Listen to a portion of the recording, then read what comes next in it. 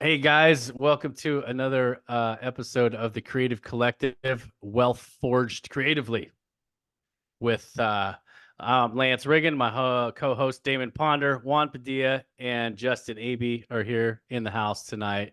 And our special guest, we have an awesome special guest, Nick. Hold on. Say it. T- okay, hold on, Nick. I'm okay. Sorry, Nick. I had this figured out. I said it was Nick, just say Nick T. Nick Tzenevrakis. Um, no.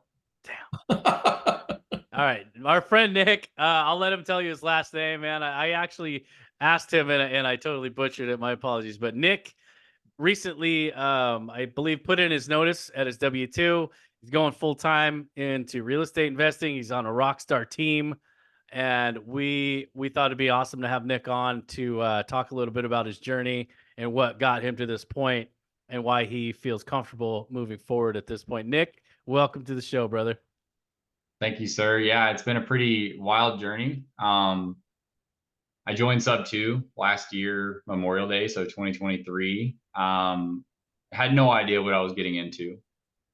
I thought I was maybe paying to learn about how to buy houses without using my own money. And what that turned into was this giant community of helpful people, which is actually the real value of buying into the mentorship. It's not the course and the material is great, but that doesn't get you as far as the community and the network. And that's sort of the story that I follow is every inch of success that I've had has been due to my ability to network, provide value to other people, and help solve problems with other people.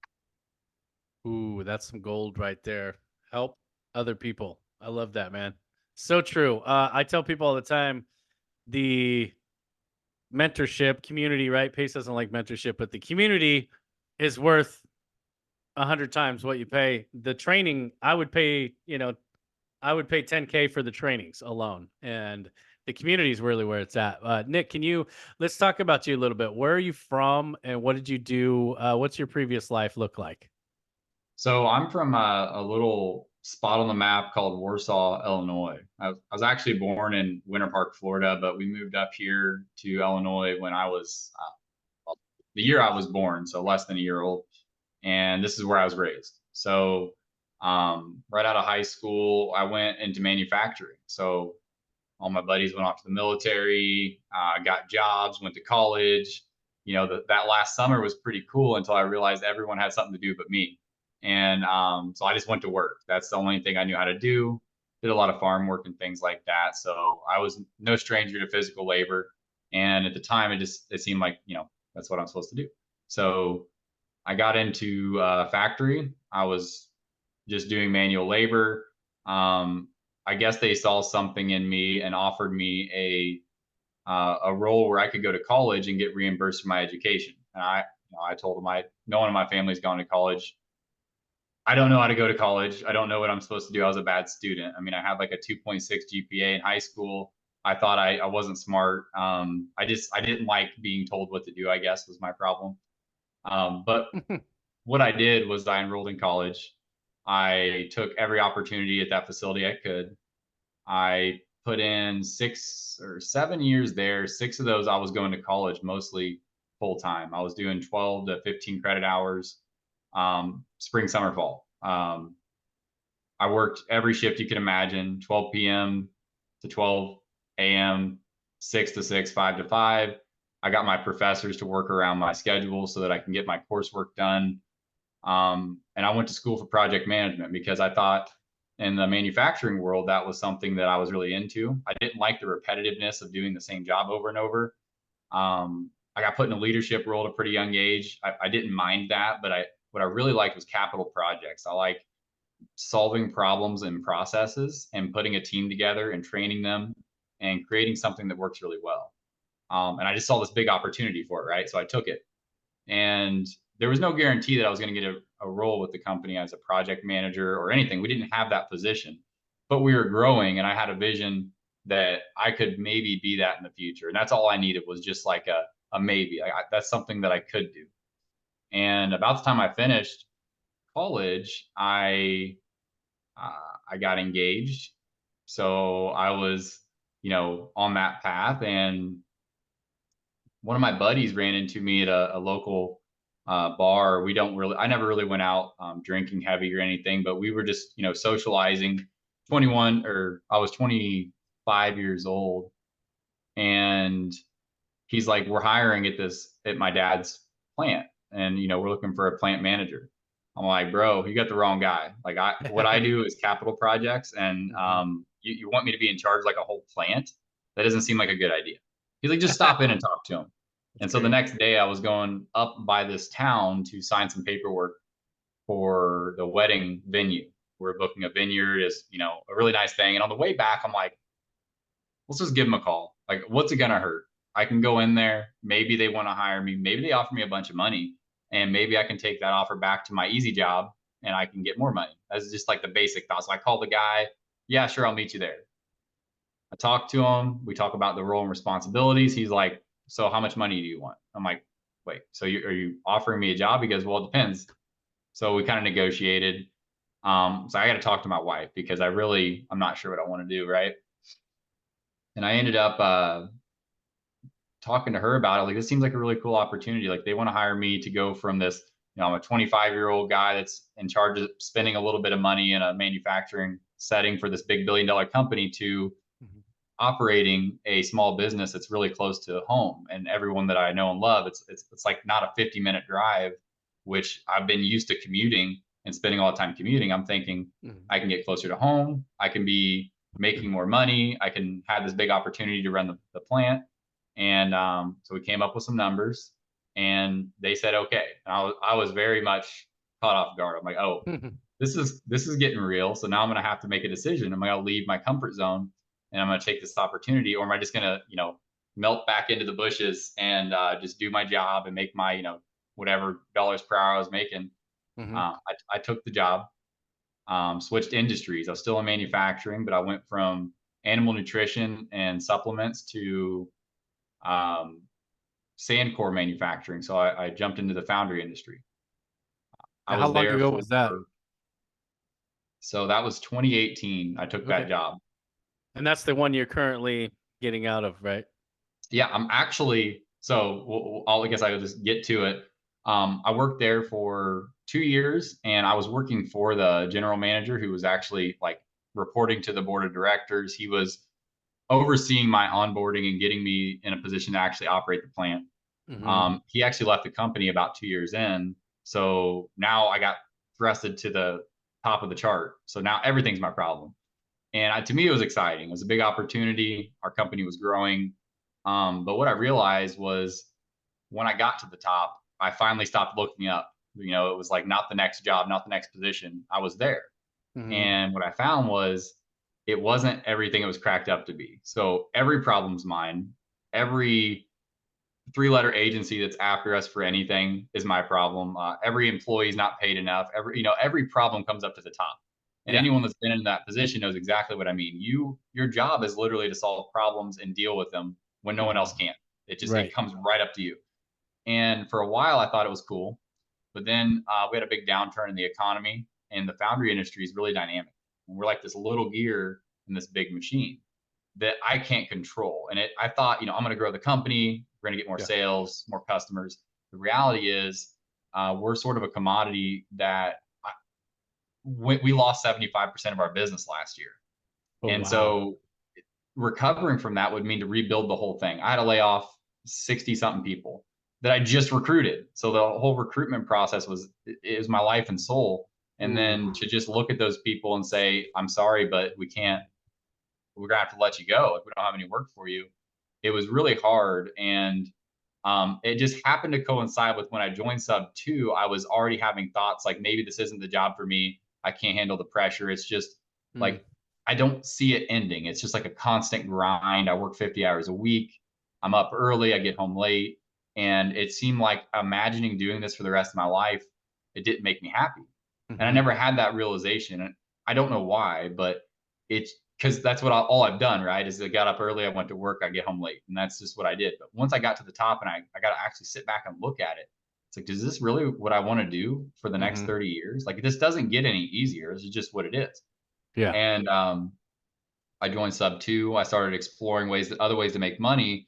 And towards the end of the year, like our revenues were dropping and the business was getting into a position where I was basically gonna have to be doing manual labor if I wanted to like keep things moving and not lay people off. Like I was gonna have to make room for myself by laying off six more people and Right. actually do physical labor myself.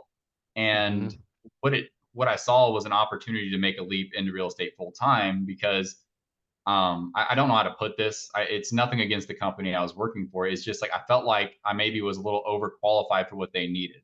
And I was asking for too much for the job that they needed for the Mhm. size that we're at. Now, if we can grow the company back, there's a whole different set of roles and responsibilities that I could do. But at the time, right now, they basically need someone to run a forklift, wrap pallets, and Mm. talk to customers. And Yeah. I had the customers figured out. I had all these things figured out, but it's just like, Mhm. I don't know if this is for me. And then I started getting all these what I call signs from the universe. It was like these little nudges telling me that it's going to be okay and that I should do it. Because 3 months ago, there's no way I was leaving my job in any real time. Like I was thinking maybe a year. And I remember talking to you about it early Yeah. on. There was like, I was just probably just venting a little bit, but there was all sorts of things that happened. And I couldn't really explain why they were happening, but it was like if I don't move in this direction towards real estate, then there's no going back. It was like I either go forward or I stop and I give up and I just work for the next 30 years. Right. Um, and so I didn't want to put in my notice, right? That was the thing, like going into the office and saying, I'm going to quit. Like, what do you say? Like, I'm the top guy. I can't quit. Like, they don't have a replacement, right? Right. What are the words I'm going to say? And on top of that, my partner Dwyer Kelly, who worked side by side with me as a basically the I'll call him the assistant plant manager or the production supervisor for the whole plant, Yeah. who's just a giant wealth of knowledge and just what he like. He's just the guy that makes the actual place run Mhm. physically. He's leaving too because we're both in this together. And so we joked about having this conversation. How crazy would it be, right? How awesome would that be if we could actually quit our jobs and not just because maybe we don't enjoy our jobs, but because we could go create something with all this time and energy that we're spending here that's ours and that we can grow and that we can offer to our kids when they get older and we can give them choices and we open up Yeah. all these doors. Yep. Um, because in the factory life, we think about things on these long term scales like, well, I got a couple weeks vacation. Maybe this year I'll go to Disney with my kids, but it's going to be a tight trip because I have to, we have this big visit coming up from the customer and, the work always comes first. And what I found is when you put work in that regard first, it like your wife gets the leftovers, your kids get the leftovers. And it's really hard to come home and be super positive about everything in life when you're putting everything into the place that you're working at and you're not getting the results that you want, right? Which Yeah. may be not your fault. It could just be the effects of the economy. I mean, you guys that have been around longer know like, oh wait, I was young, I wasn't in the workforce, but there's things you couldn't control that just happened, right? And it's just a sad thing. But Yeah. as fate would have it, as we were mustering up the courage and plotting how this could go, Mhm. we got a ton of traction in our wholesale operation. So So hold on. Let's stop. Let's pause there for real quick. So just for our viewers and people who want to watch this in the future, what? So you joined? Did you join the Gator community and then sub two? Right? Is that way? So I joined them both like the same weekend oh, okay, because cool. I thought I would be able to do both at the same time. So how long had you joined Sub 2 and Gator? How long had it been until you came to this realization? How long and were you on a team or were you just trying to figure things out? What gave you the confidence to move forward in this? That's something I'd love for Right? you to talk about. Yeah. So I joined both of them basically Memorial Day. I think is that May, right? Mhm.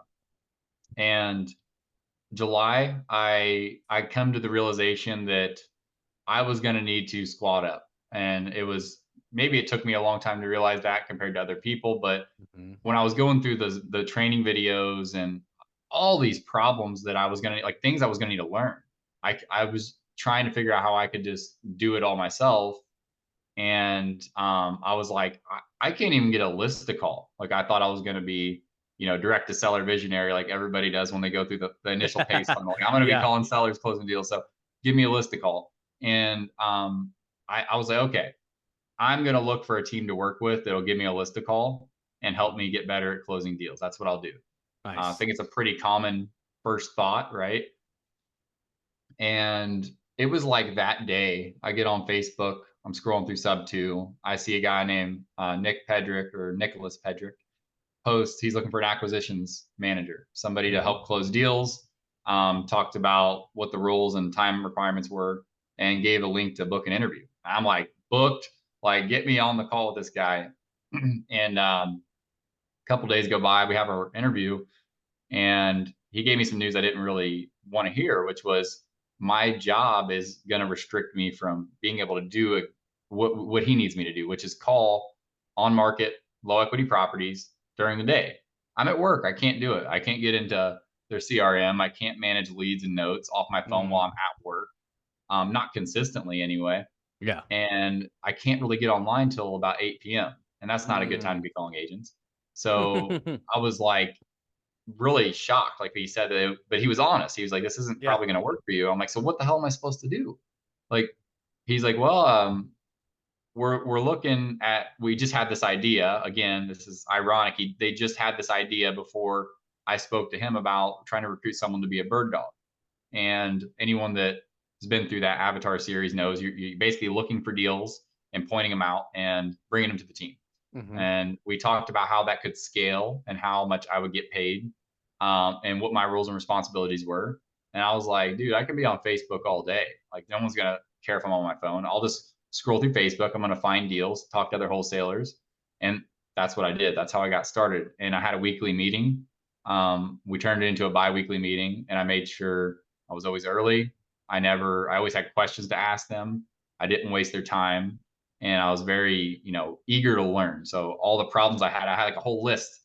And Dom, if you ever hear this, he had to deal with me with all my newbie questions, like why can't we buy this Zillow listing that's $10,000 under asking price? All these newbie things. Yeah. He helped me learn how to find deals and at least do some basic underwriting, Mhm. and that's how I got my first deal. Sweet, bro. So you got your first deal. So what, like, and how long ago was that you actually were able to join, like, start working? Like, what was the, you know what I mean? Like, what was the light bulb? Like, what are you getting paid? Like, how are you getting paid? First of all, like, how do you justify what you're doing now? With this team versus what you were getting paid, and do you have like a nest egg for some wiggle room? Because like Pace is talking pretty heavy about people not quitting their W-2, and I just want to be the devil's advocate here for a little bit and just kind of ask those tough questions of what gives you the confidence and what makes you think that you can replace your income with this new team. Like, how confident are you in that? you know Right. That's a good question. So originally, like the bird dogging, which I still do, we actually just, I hmm think we just assigned it today. One that I got last week. I get 15% off the top, Cool. so it's very minimal work. It's usually a phone call. Yeah, that looks good, and then I hand it to my team, and I say this, you know, let's do the work. And then we have another system. I have basically three JVs signed with the team right now because there's different levels of value for the different things I'm doing. hmm And where I started that gave me the confidence to leave the job was I saw on some random day, Myron Briley went live and was streaming his Myron method system, and I was like, that could probably work. I would like to try that, so I hmm did, and immediately we launched that in like mid October. Just me and my partner Dwyer, outside of the team I was working with, because I didn't want to sound ridiculous. Like, oh, let's try this new shiny thing that costs $50 a month, and you got to buy prop stream, and you know what I mean. There's always Yeah. the new thing, but it worked, and I was fielding phone calls at work, and I was getting, I think November we locked up maybe four properties. I ended up holding one of them with Andres Bastardo. We wholesaled three of them that closed in November. and one of them might have fell through. I think there was some arrears, and it was like, oh, this is what we needed. We got consistency. And then December, we had a few contracts come in, and me and Dwyer were getting a hefty portion of the assignment for running the front end of that, which was prop stream list pulling, creating the customized LOIs, sending them out into the emails, launching all those campaigns, and fielding the inbound messages so that Gorilla, as the team I'm working with now, Mhm. they would basically pick up the phone at that point. So when we started JVing with them, now they're picking up the phone and answering the calls instead of me, so that we could just work on getting more leads into the Mhm. system. And they would handle the volume. Their caller would get paid off the top. I think he was getting, I don't actually know the split, but he was one of our Sure. better callers. So he gets paid a hefty amount off the top. And then we were splitting the rest of it pretty much evenly so that it was like a partnership. And the reason they saw that as being so valuable is because it requires almost no input for them. It gave one of their best callers warm leads, and it didn't interrupt their business model that they currently have, which was cold calling on market listings. It was just supplementary. It was plug and play, and we were able to integrate that into integrate their caller into our CRM to where he could use basically both systems and make it pretty seamless. And so yeah, we got five figures at the end of the year and assignments between me and Dwyer both. We were on the up. Things were going really well, right? Nice. Hell And, yeah. and so that's what gave us the reality check. Like this could like what if we had all day? What if we weren't just doing this a couple hours a day? What if Right. I was on the phone more? What if you were building systems that maybe we could white label because we're building some really cool stuff? What if we, sold that to other people that would be interested in it? Like, Mhm. we have all these ideas, but then we work our real estate life in these little 1 or 2 hour blocks. I mean, Dwyer was Mm. waking up at 2 a.m., working till 4:30, and then we'd go to work, get Yeah. home, hang out with his wife and kid, and then he would go till midnight, and he was sleeping like 3 or 4 hours a night, building and Brutal. trying to get something that we can operate at a level with our time that allows us to actually get deals closed. Yeah, can I pause you there real quick? I wanna touch on a couple of things. First, one of the first things you said, I'll have to back up a little bit, was you didn't waste much time, right? You found a team, you found an opportunity, you jumped on a team. That is the best thing you probably could have done, man. And kudos to you. I tell people every day, get on a team, squad up, partner up. So that is huge value right there. And also, uh, you're looking at, like, what you're saying is you're looking at the possibility of how much more we can do, rather than what if it goes wrong, what if we can't, what if this doesn't work, what if that doesn't work. And that's most people's mindset. So that shift that you had at some point where you're like, you saw, right, you Yeah, started getting some wins, you started getting paid, and you realize, if we do this 10x, right, what we're doing now, holy shit, right, we're gonna make yeah, a bunch more money. So awesome job, man. I love that mindset, that yeah, you had. And it's so big when you're doing this. If you really want to make it work, you have to know it's going to work and not have a doubt in your mind. So that's dope, yeah. man. I love that. Yeah, I just and wanted to. and what you were saying there is what I referred to as we saw the aliens. There was life before we realized it was possible, and then there was life after. And Yeah, once we saw the aliens, it was like, oh, I can't think that's about great. anything else Yeah, but figuring out how to get more work into this system because yeah, like we're both guys that will do 100 hours a week. Like when we know there's clear path forward of what we need to do, it's yeah. just we love that. The Hmm. problem, and I think most entrepreneurs probably have this feeling, and we're kind of going through it now, and I'll explain more of it. Is like there's so many things you could do. How do you Yeah, know what to do? And yeah. really trying to take time to reflect on your goals, your vision, what you actually are trying to achieve, and then what are the money making activities that are going to get you there? Because ultimately, we need to make money. Right. So The there's all these cool KPIs. things. Yeah, There's all these cool things that are fun. Like, yeah, maybe I should spruce up my Facebook account and start streaming and making content, but I'm not there yet. yeah. I'm working on the things that are going to make me money because I have to support my Hmm. wife, two kids, dog, two cats, and I can't come up with excuses not to make money because no one cares when you're an entrepreneur. There's no it doesn't matter. It's you against yourself, and I'm responsible for my family and making sure that they're taken care of. And I believe in myself, and that's stuff that me and you talked about was betting against yourself is pretty crazy. Um, Yeah. like, why would you do that? Right? But you need to Yeah. also be logical in your steps you're taking and not be emotional. And I rode the emotions. I did not pull the trigger the first day I wanted to. I waited about 3 months, and I still had all the same thoughts and feelings, except Hmm. for now I have this giant to-do list of things if I have my time back I would do that would make me money and get me where I want to be. And that's I that's love why it, I'm dude. I here. love it. So are you more of an integrator, or what are you? What was your test look like when you took um the you know Rocket uh fuel. thank you. Yeah, brain Yeah, fart. it's Yeah, fine. the rocket Um, fuel test. So the first time I took it was early on, and I think I got like a 67 integrator and 80 something visionary. I took it again last week, and Hmm. I don't know, it's hard to say, but like I tested higher on the integrator side, and it was more like 80 and 90 because I feel like I have a lot more clarity. And there's like two realities, like the reality you would live if you could, and the one that you're in. And I felt Right. like me left alone, I'm very organized, Hmm. things are in order, I have a way to systematize things. But then me involved with a bunch of other people, I can deal with chaos, I can deal with lack of structure, it doesn't Hmm. bother me. I think I do fall more in the integrator side, but I typically end up in a leadership role anywhere I go. It's like I'm the guy that gets pointed to. It's like, oh, you're going to be in charge, and that's Yeah. that's what happened with the wholesale team I'm on now. I got into a role where I'm not necessarily in charge of everybody, but my role is to be a leader and to solve problems and build processes. So I Hmm. would say I'm basically in the integrator role. Yeah, that's cool. I mean, I see a heavy integrator in you, but you're also, I mean, obviously have tendencies if you're like, how do I get out of my job?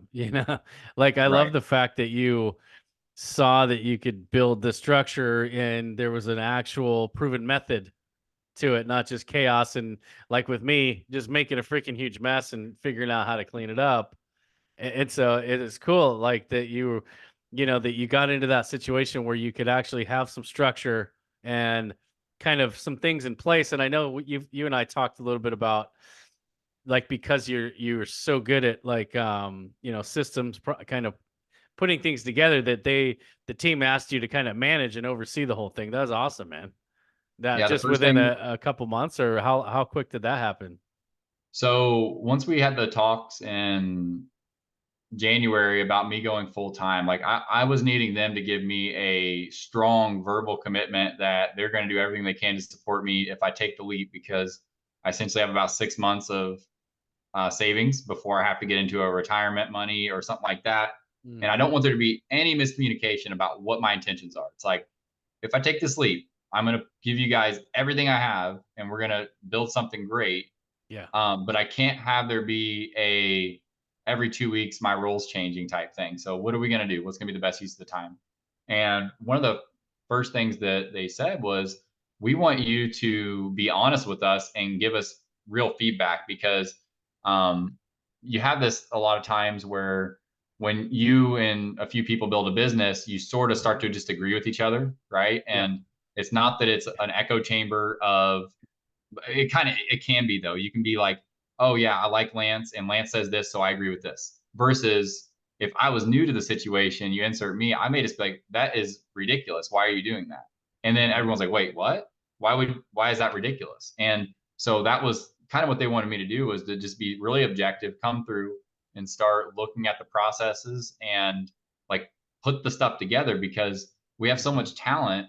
Nobody needs a system. They were just operating, by the seam of their pants. They were just like, when you can do it all yourself, you don't really need a good system, but then you Right. can't grow. You're By basically, muscle memory, basically just.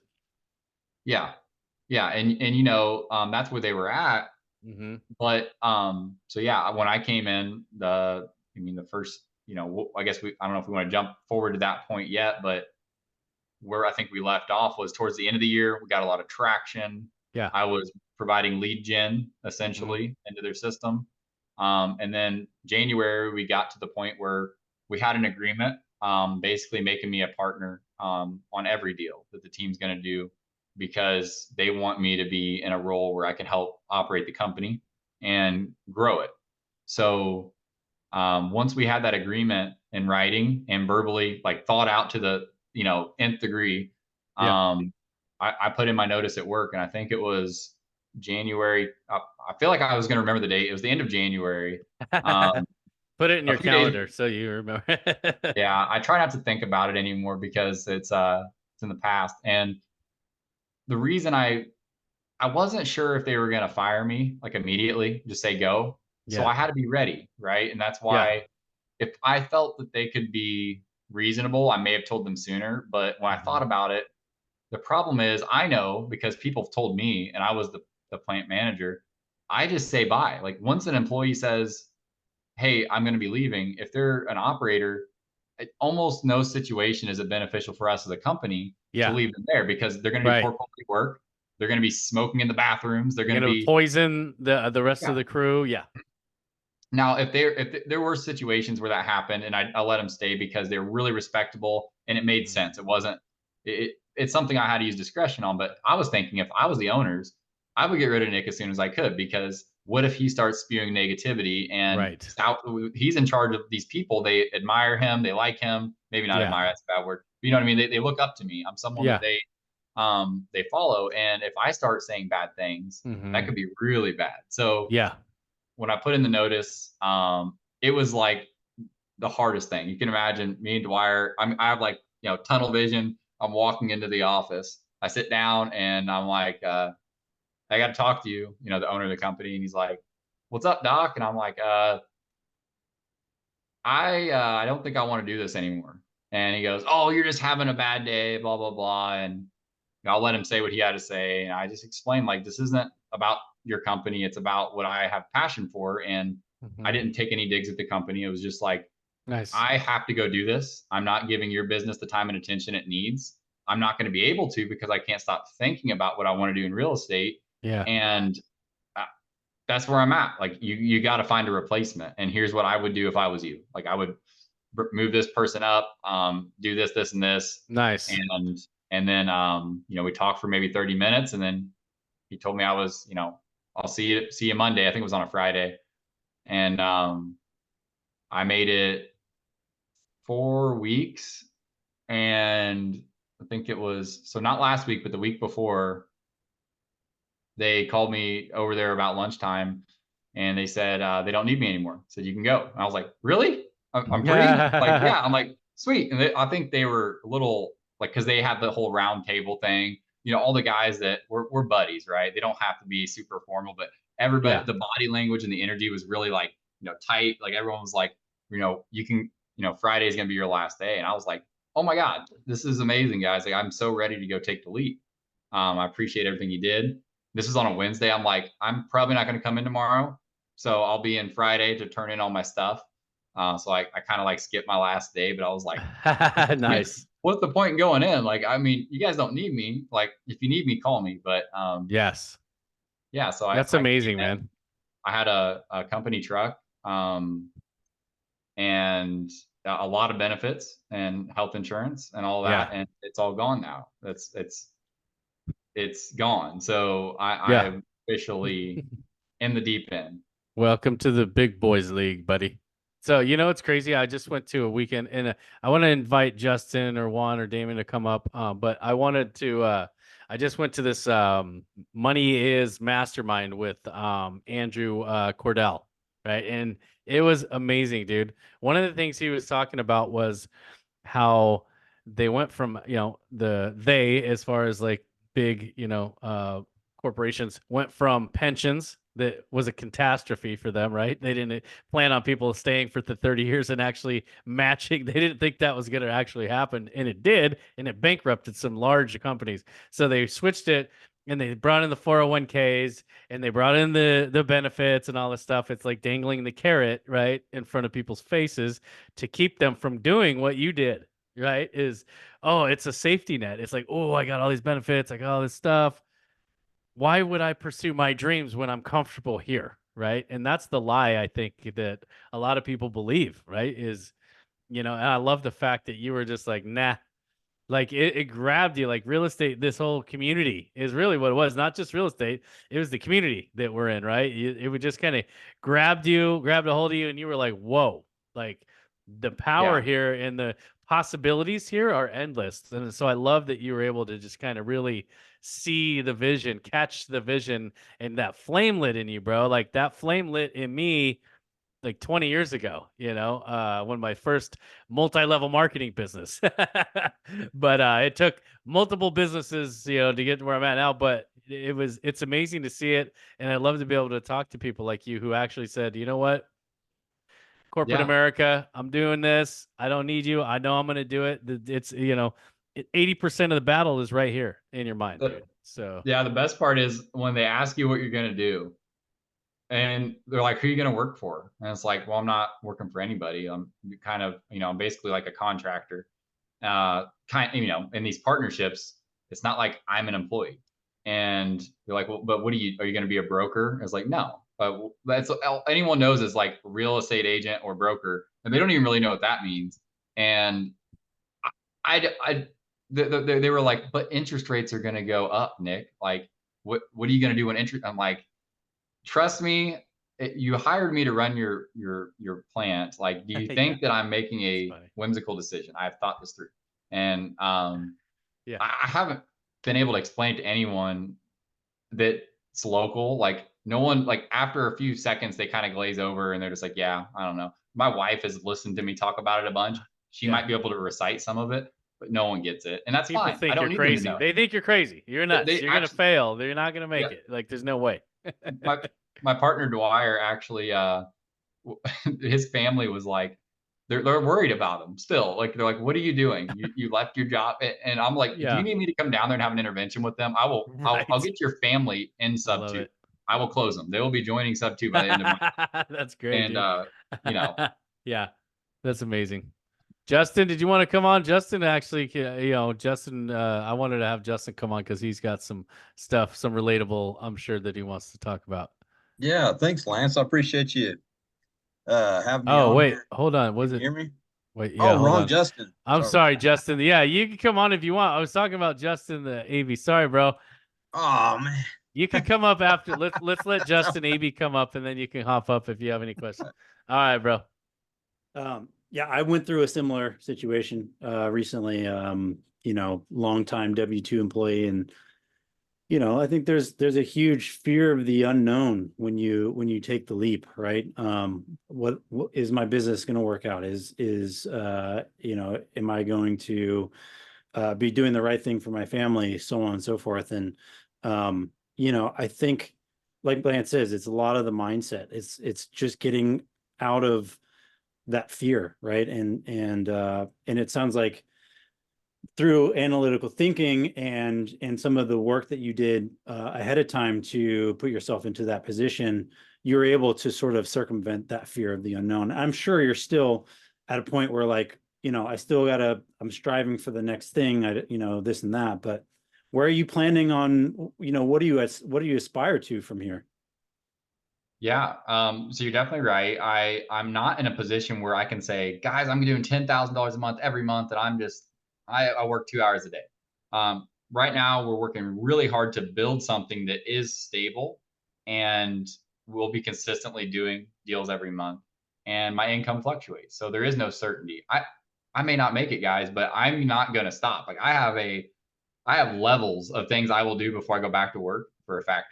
Yeah. So I got $60,000 in credit cards, right? Like, I can get pretty wild. I have retirement money.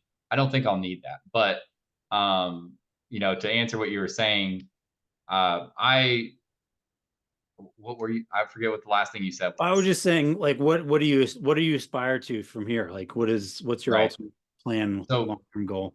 yep. So phase one is stabilize wholesale active income with the team I'm on. Streamline it, make it efficient. Find where the diminishing returns are, meaning like there's a point where we can't scale up. Like, it's just going to make sense to be a really efficient wholesale team, and I want to have really stable income. Once that's happened, I'm going to start exploring purchasing real estate with the team that I'm on. And I would like to skip the whole buying a bunch of single family homes thing. It seems like a lot of people go through that phase and they're like, man, I wish I would have just dug in and learned multifamily because it's just the same amount of work, except for you get one deal every few months that makes a bunch of money versus a bunch of single family homes. And so I really don't want to own a bunch of single family homes. So what I would envision myself doing is partnering more with the wholesale team that I'm on and getting into bigger, larger units and potentially helping raise the capital and bringing funds to the table for those deals. Because one of the things I like to do is network. I like to meet people, and I find it very easy to talk to people that are lenders, that are private money lenders, that are interested in these things, but maybe don't know how to do them. So I think naturally I'm going to do well at that, and I continue to build out my network. So if I could see a vision of the future, maybe I don't know how many. It's hard to put timelines on things because stuff just changes. But maybe in the next 5 years, I would like to own quite a bit of real estate and maybe some large stuff. Yeah, And You're with talking to the team that I'm right working- guy. You're talking to the right guy, bro. Right, yeah, Justin. that's exactly what I do in Yeah, so cool. multifamily capital raising and Yep. syndication and stuff. We actually had a really good guest on, Christian Osgood. I don't know if you're familiar with him, but he'd be someone to look into because he does a whole, well, one, he has a mentorship. You don't need to follow it. He's got amazing YouTube content, but he has a whole system around seller finance of multifamily, and it's all about relationships. It's all about getting on the phone, talking to owners, relating to them, not going to them and saying, do you want to I want to buy your property, do you want to sell? But like, you know, contacting them saying, I see that you own this property.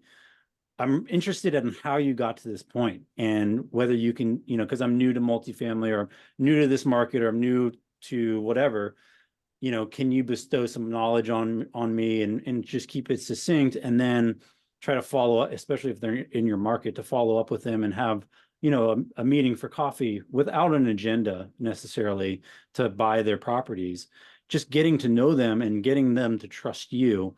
And eventually that turns to either them wanting to sell their properties to you, and doing it seller financing, or them passing along, leads to other owners or owner investors who want to sell. So I think that's great. I think wholesalers always have the best stories though. And so what I would like to know is, what's your craziest, best story from either you or your team of some seller that you guys have worked with? Boy, so everything I did was direct to agent. So I was on the phone with agents. Mm-hmm. I had a lot of fun with it when I was on the phone because I'm reckless when I'm on the phone because I have this ability to switch off I just don't care. Like, I'm on the phone with the realtor, I'm talking about the property. I can put myself in a mindset that allows me to be the buyer, even though I know I'm not going to buy it, and ask questions that might push them away. I don't know. It came out pretty naturally in me. And I mean, one that I remember that was, I hate to even talk about it because it's not something that I'm proud of, but she got like 70 other LOIs and I happened to be the 71st one. And she calls me and her name was like, I think it was like Wanky or something weird. I just remember being like such a weird name. And she's like, what the hell are you guys, like, this isn't an assumable loan. And I'm like, I don't want to assume it. And she goes, then what do you, and so we got to talking and she goes, I've heard you all these pitches and things, like, it's not going to work. And I don't know who you are. And I was like, it was in in Poinciana, Florida. And I was like, you know who the SeaWorld guy was, right? And she was like, what? And I was like, you remember the guy with the diaper bag and the wife at SeaWorld?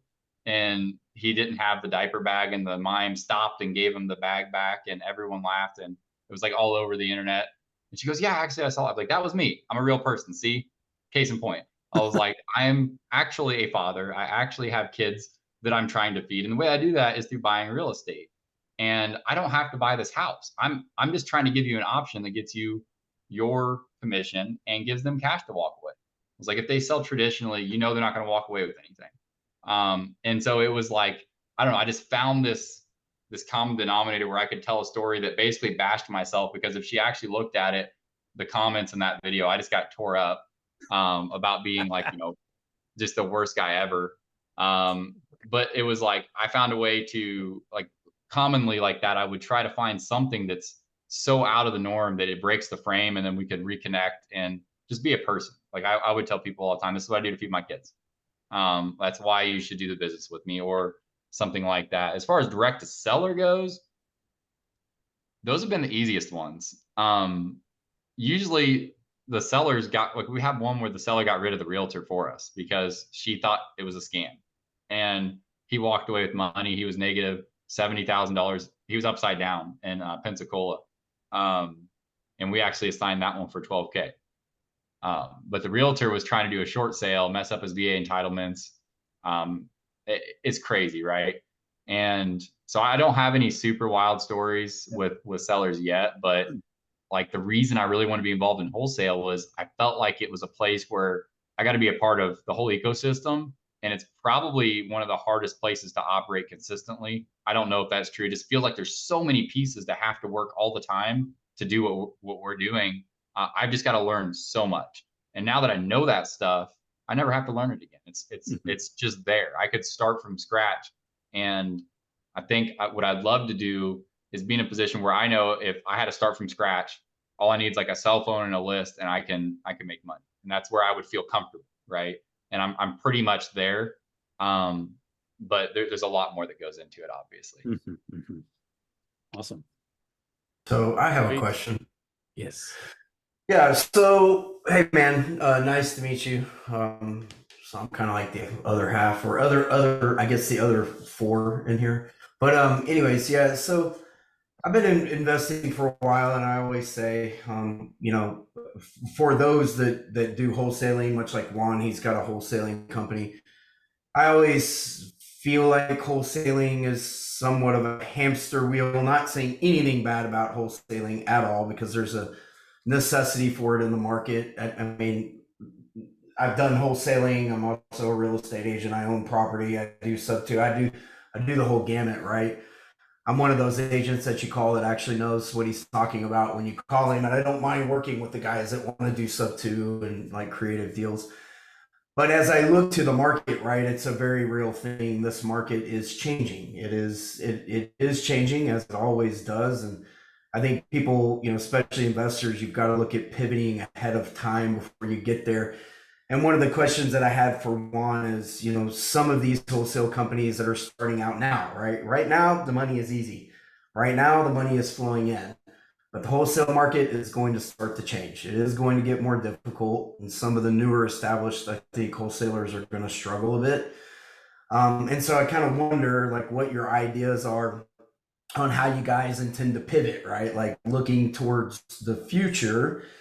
And then, as these interest rates come down, they're going to go 4 or 5% probably by end of this year, beginning of 2025. But realistically, the prices are going to shoot through the ceiling, right? And I'm already starting to see that. Like the to me, the legitimate sub two deals that people are bringing to the table are fewer and further between, right? When you're talking to guys that are, I think, more seasoned, like we're looking at 1.5 times rental income, like there's some very hard things that I look for in those sub two deals, and if they're not happening, I'm not buying. And so, I'm wondering, we know real estate, it's not like the investment game is going to dry up, right? It's just going to pivot. You thought to, like in my mind, looking more toward, maybe supplementing with some flipping as you get into, maybe looking towards multifamily, obviously trying to network with buyers and learn the whole buying game, right? Because as much as wholesaling is a game, buying is a game, right? You've got to understand the loaning process and all of that. So I'd love to hear, since you're here, you're kind of not new, but new-ish, right, in the game. And I'm just kind of hear where your mind is as you pivot and kind of transverse this tricky market, right? Yeah, so we've noticed it. So we're getting a lot of agents that are saying, give us your highest and best offer. We have 5 other people. So now we're not really solving a problem. We're just like might as well just be a low cash offer. There's a bunch of people that throw those in. And so wholesalers are doing something.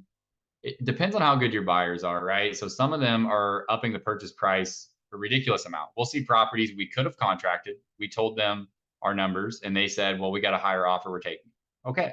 And then we see it get marketed in sub 2 and nobody buys it. And then it comes back on the market and maybe we can get it then. We actually have one right now that we're doing like that. And so that's a really hard thing to navigate, because when you're the agent and you're trying to do what's best for your client, how can you take one of the low to mid offers when you have a higher, like your commissions are higher, the seller gets more money, but you're hoping that it sells, and maybe you don't even know they're going to wholesale it because a lot of people don't disclose that. So that's cut down our deal flow a little bit. Also, interest rates being high, like, so where sub 2 obviously does its best is when people buy a home with low money down and then they need to sell it. And the interest rates are high, those properties aren't cash flowing. So our filters are usually like 5.5% or less, which doesn't get super low equity. Obviously there's low equity, but it's like you're getting closer to a hybrid deal, or where the entry fee might be high enough that it's hard to get a big assignment. And our assignment average is probably like 10 to 12,000. It's not very high. It might be closer to 10. And the inventory is smaller. Everyone's hammering the low equity and there's a ton of competition. So what we did to pivot was we moved to expired listings first, which is pretty much the same conversation, but with a seller, and we don't have to pay an agent commission if we're able to get it done. So we're helping them out and we're getting possibly bigger assignments. And the way we're doing that's through cold calling with, we've built a course, we're onboarding new people, we're training them how to have these conversations and qualify leads. And then the cash side, we haven't really got into yet. I want to get into cash this summer, just a good old true tried and proven, I need to sell my home fast. Here's your offer. And then we turn around and sell it to a flipper. But we're not there yet, right? So we're really trying to focus in on our niche, which is seller finance, hybrids, and sub 2s. And in our core markets that we're operating in, which is going to be Texas, Florida, Colorado, and the Carolinas, we do a little bit of marketing, and then Baltimore, like the Baltimore market, we have a ton of real experience from one of our team members who's actually a realtor there for a while. So it's kind of like a hidden little gem for us. We know that area really well. And so, yeah, we're going to go into expireds. We're going to go into seller finance, high equity deals that are expired listings. And then once we've stabilized some of that, we're going to pivot into the cash side. And, where the times take us is where we'll go. If for some reason there's a big gold rush for cash in a certain market, we have the infrastructure and the team to divert resources very quickly. And we can change all of our automations, list pulling workflows to attack a single point in a market and get deals done. And that's what we'll do. Because I understand it's not going to be a static environment when you're wholesaling. It's constantly moving, as the times change. Yeah. I love that, man. It's I think the point is, right, we're always looking as investors to pivot as we go. And I find people that, they're all fired up about sub 2 when they come in. And yes, I'm all about purchasing houses sub 2, but I'm also looking at cash, seller finance, or, hard money and, flipping those things or whatever it may be. So anyways, but I love your answer, man, that you're already looking at pivoting. I think it's important, right? Hey, Juan, what about you? You have anything? Yeah, the whole pivoting is a great, is a great strategy, right? Especially in the market that we're in. Damon just mentioned that I have a wholesaling company myself, and that's what we had to do ourselves. We've had to change our strategy. My markets are a little different, though. I market to several states and several cities that are not what typical investors are looking for, right? They're always looking for high population areas. They're looking for an MSA, right? And so I've tried to go opposite that and focus on smaller markets and different exit strategies that are tying to the market today. So, novations, hotels. And so that's worked out very well for us. We've been able to close on deals that there's no way that you could traditionally wholesale them. But those are all some of the tools that we've learned through the community, right? When I joined sub 2, I had no idea how to handle a sub 2 seller finance novation transaction. Those are the things that I picked up during training sessions. And I think that's the most important key aspect to surviving in wholesaling, and really in anything that we do with investing in real estate. We have to adjust to what the market is doing, because if we don't, then we're we're gonna be laying, to the wayside. So I'm glad to hear that you guys are, adjusting, that you guys are adhering to that and what the market wants, and just riding that wave along, instead of against it, going with it. Yeah, we really we didn't give up on the on market low equity, right? So we have a really high leverage system for hammering those, that very low input, a lot of automation. It works really well, and so we just kind of retracted it so we're not hitting out in areas that we're not super comfortable in, because a lot of these deals are tight. And I think a year ago, you could get, if we would have had this system, we would have just raked it in, because there's just deals everywhere. And yeah, the expireds, it's ironic. Pace is really been pushing those too, just at the same time we are. So it makes me feel more confident that we made a good decision.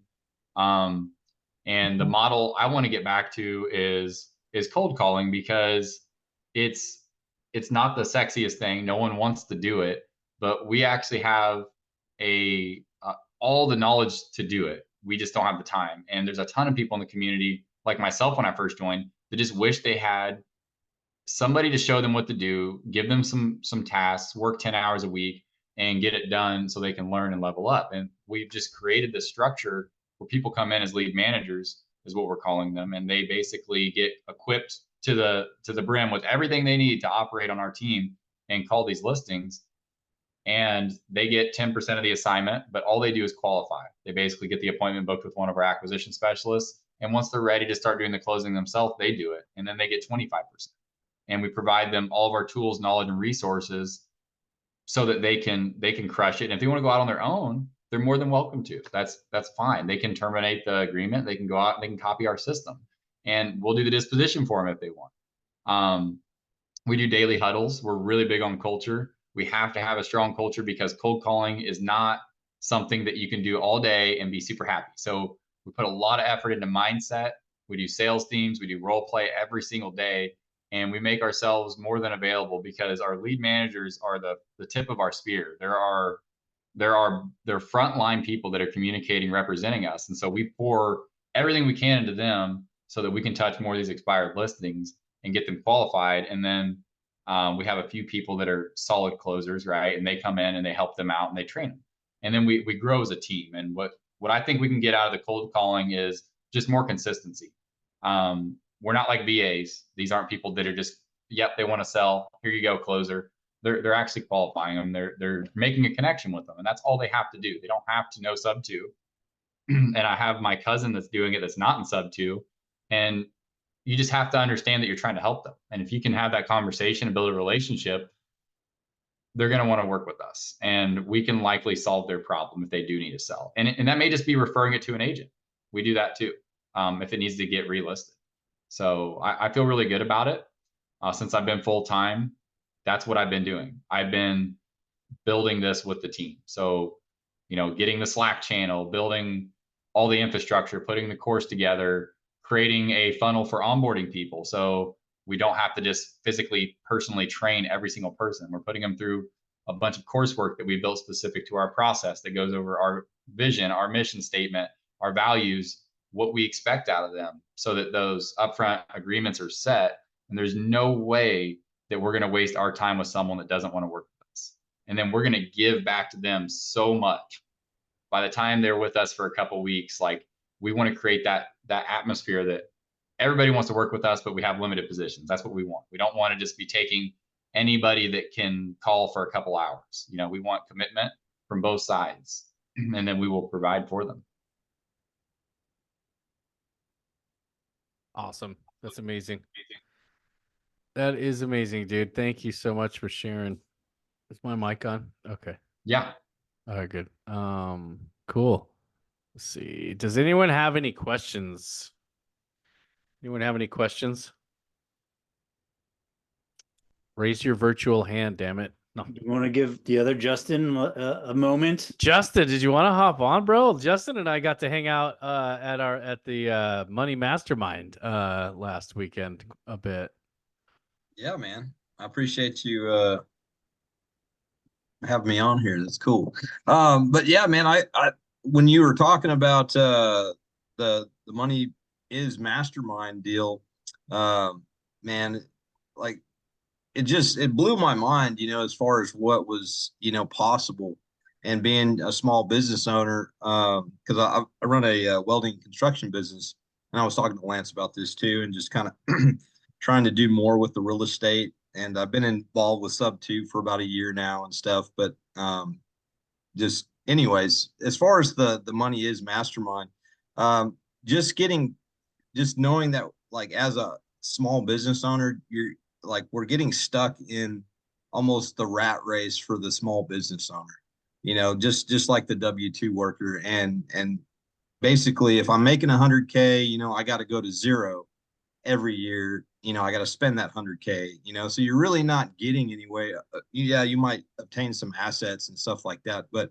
at the end of the day, you're not getting to the point of what you could be like, these big time entrepreneurial guys are doing, like Mark Cuban, et cetera, et cetera, so, just having that takeaway was really big for me. And then, listening to Nick too, just kind of how you got started in your wholesale deal, man, and just taking that leap of faith into the business. I think that's pretty awesome.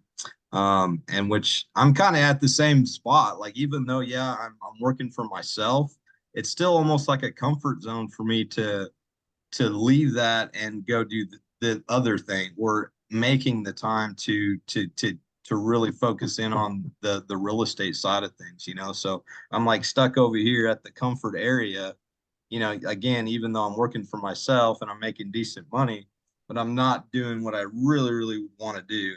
And so, maybe for Nick too, like, my question is, how do I get him, say, involved with maybe your team or helping you guys out that way? Yeah, good question. We're at this point right now where I am so laser focused on our company's next step that I'm finding it hard to, because I have people ask me that. It's like, what can we do to work with you? And it's like, right now, all I know is we need more deals, right? So the way I'm going to get more deals is by recruiting more lead managers, by doing more joint venture deals, and by just finding other people that we can work with on any part of the transaction. We can do the TC work. We can help build. If you need help, like on the front end of your system side, me and my partner Dwyer may be able to help build something to work your system better. But I mean, it really, that's it. We're hammering phones, and we're launching campaigns, and we're trying to get more deals closed. And I can't look up and out hardly at all right now, because that's the thing I have to do right. And in the near future, I mean, if you're good at, if you've been on the phone and you're good at closing, you could always be somebody that hops into our team as we grow. We can't have enough good acquisitions guys. It's just, we have to build the front end of the company to fill those guys up with good warm leads, because you don't want to be cold calling all day, right? Right.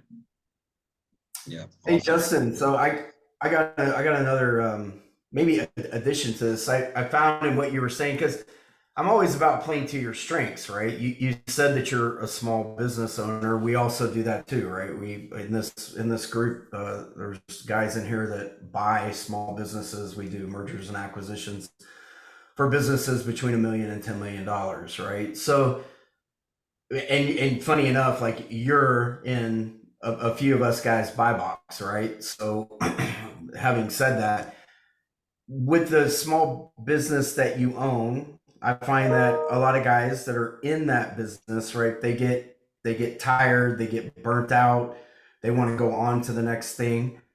What I'm wondering is if you've given any thought to growing where you're at. Obviously, still doing real estate and applying to that, but if you have a small business, you could always go out and look for another. You said you're construction and welding, right?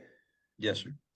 Have you ever thought about going out and looking for another construction and welding business that's, let's say, maybe $1 million to $3 million that you could buy for next to no money down, come in and purchase that thing and roll it up into your company, and take your company from where you're at now and maybe triple growth almost overnight, which would then free up, right, more liquidity for you to come over and do the real estate thing, right?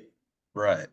Yeah, no, that would be amazing. I haven't really thought about it in that sense. I just thought about, even though, um, or at least scaling my business so I can step out of my position, because really and truly, like me stepping away, like everything kind of falls apart. So that's kind of where I'm at, like I'm direct to the customer, I'm estimates, I'm doing all that stuff. So yeah. So you're kind of like what we call like living inside of your business. So funny Right. enough, myself and a couple of the other guys in here are getting ready to do what's called a consulting for equity deal with an electrical company that we're working with, where we come in and we start working for that company on a monthly, let's say $500 a month. But then when we scale you to a certain place, we ask for equity in your company, right? So this is just food for thought. I'm not telling you to do that here. What I'm saying is there are some creative ways to use your business as a tool to scale what you're trying to do on the real estate side, right?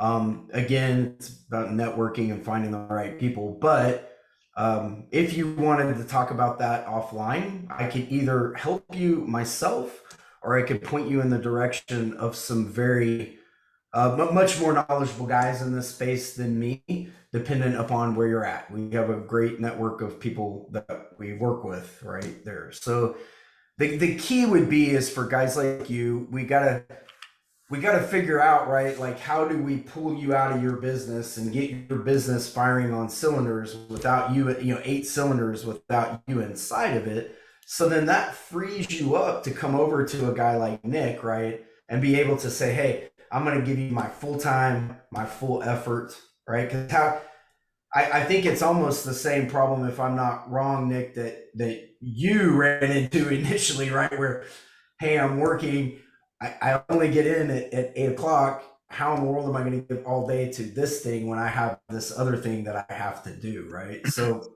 I'm wondering if maybe, right, some guys in this group might be able, myself, Justin, or Juan might be able to help to point you in the right direction as a business owner, man. That would be amazing. Yeah, yeah. So message me, and then we can set up a Zoom and talk to you about your business. Awesome. Yeah, I can give him your contact too. I got Justin's info. Yeah, no worries. Sweet. Love it. Man, did you want to add That's what anything it's- else, Damon? That's what it's all about here, man. Trying to Yeah. help other people, man. Networking, bro. Yeah, 100%. Yeah, networking, but other guys who have been there, these guys will tell you, as the story goes, right? Like a few people have heard it, but I started off as a homeless vet for 4.5 years. I lived in the back of an SUV while I put myself through school at U of H, but I started a little handyman company out of the back of that SUV. And I grew that company into a full scale commercial and government contracting company. And I ended up selling that off to a prime contractor. It's like $1 billion contracting company. But point being, I have been where you're at and I know how to scale businesses, right? And so those are the people I think that would be helpful, right? Like, how can I scale just enough to pull myself out a little bit so then I can focus on a real estate thing wholly, right? Give kind of everything that you want to give to it. Bam. Boom. Yeah. So, man. Dropping bombs. Love it. Yeah. Awesome, man. Yeah. Are we good, guys? I mean, Nick, did you have anything else? Did you want to add anything? Well, it's been really awesome. I mean, just to go back for a second to what Justin was saying, I was basically in a similar position where my role at the company I was at, I was the operator. The owners didn't even know what to do. I mean, I was essentially the only one that knew what to do on the day-to-day. So I was in a role similar to yours where it feels like if you leave, things fall apart. And what I found was I was picking up a lot of people's slack. I wasn't holding them accountable, and I didn't have the right people in place. So, like what Damon's saying, I think it would be easier than you think to scale the business up a little bit and really truly look at what you're doing to keep the company together, create a system for it, and then the sales portion may be the hardest if you're the face of the company, and that's the people know and trust you. But you don't have to be there 100 hours a week to be that guy. You can still be the sales guy. You can still talk to people, but I think there's a lot of opportunity for someone like you to do it, to chase your dreams and to get out of that role where everybody depends on you, because that makes it a job. And that's where I was at, and I didn't like it. So otherwise, no, man, it's been really awesome. Always love talking to you, Lance. It's usually at least an hour if we're on the phone. I know. Yeah, I know, jobs dude. Jobs are the worst, man. Nobody wants it. Suck. Well, and like David said, like we had jobs. We were stuck in the business. We didn't have the hindsight to pull ourselves out and really to scale properly. We both scaled, but it wasn't what it could have been, right? And that's why I was like, see ya, I'm out. But yeah, the biggest mistake I made was not hiring a manager, someone like Nick, to run my business for me so I could bring in new clients and new contractors and new designers. That's what I should have done. Knowing what I know now, that's what I would do again if I had to do it over again. But anyways, is that it? Man. High insight. Yeah, right. I know, dude, right? Yeah, I wish I'd but anyways, it's cool. Well, man, as we always say, right, we'll wrap this thing and bring it to a close, right? So as we always say, man, when I was going through my struggles, I always appreciated those that were willing to pour into me, because time is the most valuable thing in the world that we possess. And when others are willing to give up their time to help others, I think there is no greater calling, right? So Nick, man, thank you for coming in and giving us just a little piece of your time, man. We appreciate you. I appreciate you guys. It's been a pleasure. Yes, Awesome, sir. man. And as always, guys, wait a second. Where can we find you, Nick? Can you put your info, like your Instagram, your Facebook, Snapchats, on your interwebs, wherever people can find you? Yeah, actually, you want me to post that in the chat? Yeah, man. Yeah, just post it in the chat. That way, guys, anybody that's wanting to reach out to Nick, he'll give you a source to do that. And then, of course, guys, we always ask, please go reach out on YouTube, Facebook, Instagram, TikTok. We are all in all of those places. We're on Spotify. We always ask that guys go like and subscribe. It helps us to grow so that we can bring you guys bigger guests, more and more content. Real quick. Well, hold on. Sorry. I have to, Nick has to pronounce his last name for us before we go. Okay. I almost forgot, dude. How do you pronounce your last name? So it's Tzenevrakis. Whoa. Yeah. Tzenevrakis. Never would have got that again. Dang it. Tzenevrakis. Silent I was way far off. I was thinking Tzenevrakis. Mm-hmm. I thought that's pretty close. If you ever go to a Greek restaurant, I tell people this all the time, and you look at if you get a gyro, it's not a gyro, it's a gyro. They have a white cucumber based sauce they'll put on there. It's called tzatziki sauce, but people call it like tzatziki. It's just the same. It's a TZ. So if you see a TZ, think like J. Maybe that would help. Tzenevrakis. Anytime I hear Greek names and like Greek stuff, I always think of the movie My Big Fat Greek Wedding, where the old guy puts Windex on everything. There is so much truth to that movie that it's insane. Even my grandparents would tell me about my baptism when I was little, how there was so many Nikos, so many Georges, and so many Emmanuels. Everybody was saying the same names, and nobody knows who's talking to who because they all have the same name. They hit everything on the spot for the culture. So funny, man.